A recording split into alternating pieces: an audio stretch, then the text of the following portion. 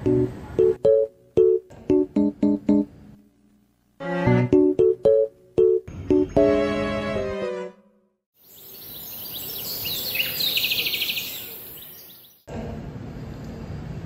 si Reni kemana dah? Hah, Reni? Emang kenapa sama dia? Iya dia kan dari kemarin nggak masuk kuliah kan, aku chat juga nggak balas. Oh, ada chat dia nggak? Nggak ada sih, dia juga nggak bilang apa-apa ke gue. Mungkin itu kali ya, tapi emang akhir-akhirnya dia kelihatan kayak ngomong gitu sih. Instagramnya juga gue liat semalam nge-stalk nggak ada apa-apa. Biasanya tuh masih ada kayak dia tuh sering nge-post pacarnya gitu kan. Terus highlightnya juga penuh sama bucinya, tapi nggak ada. Mungkin Apa dia putus ya? nah iya makanya bisa jadi. Ya udahlah, kita cabut aja. Ayo.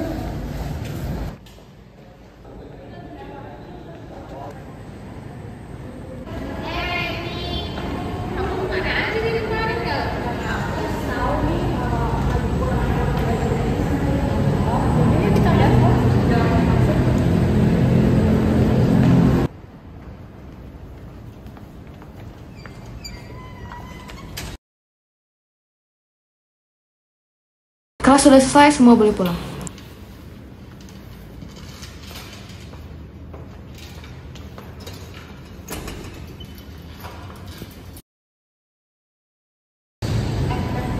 Serius gue apa? Kan dari tadi bawa berantem lu gak fokus lagi ke rasanya. Lu kenapa deh? Kalau ada apa-apa kan cerita dan Iya, kan sama kita juga.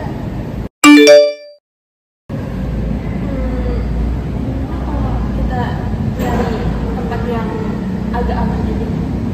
Ya, nanti cerita di sana ya.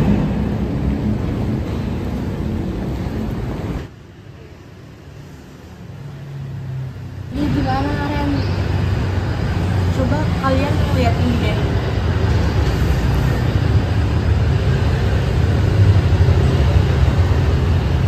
Demi apa sih, Ren? Parah Lu banget, nggak apa-apa. Ren.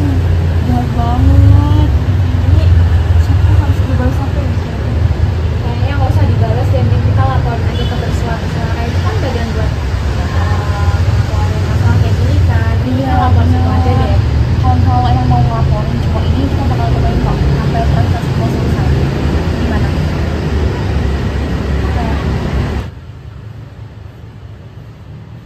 Apa itu kekerasan seksual? Kekerasan seksual adalah setiap perbuatan merendahkan, menghina, melecehkan, dan atau menyerang tubuh dan atau fungsi reproduksi seseorang karena ketimpangan relasi kuasa dan atau gender yang berakibat atau dapat berakibat penderatan psikis dan atau fisik termasuk yang mengganggu kesehatan reproduksi seseorang dan hilang kesempatan melaksanakan pendidikan dengan aman dan optimal.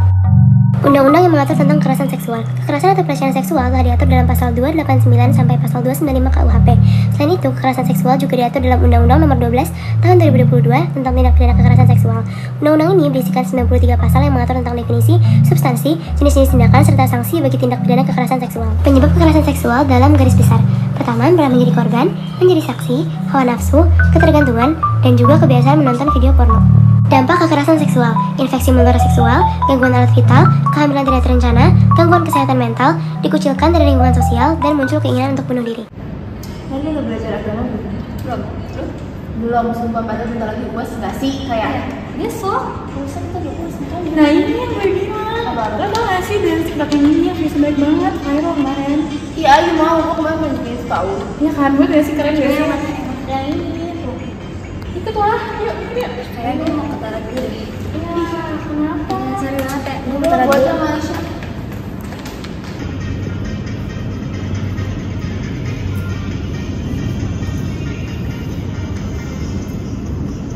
Betul sih.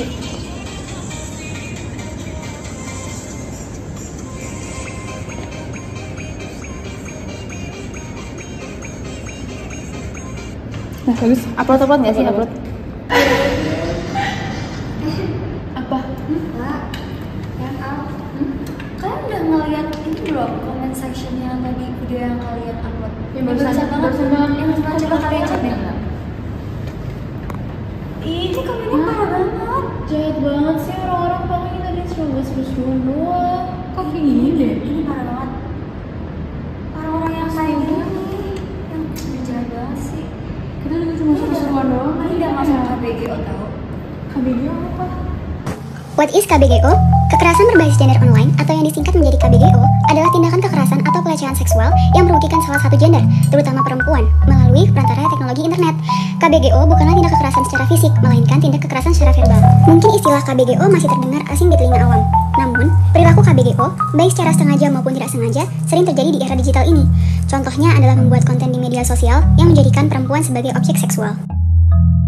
Beberapa dampak dari KBGO antara lain, penyintas mengalami depresi, cemas, dan ketakutan. Penyintas menarik diri dari kehidupan publik, terutama mereka yang foto atau videonya didistribusikan tanpa persetujuan. Penyintasnya kehilangan pekerjaan atau masa depan. Penyintas juga mengalami trauma, terutama dalam penggunaan teknologi internet. Penyintas juga tidak lagi bisa bergerak bebas.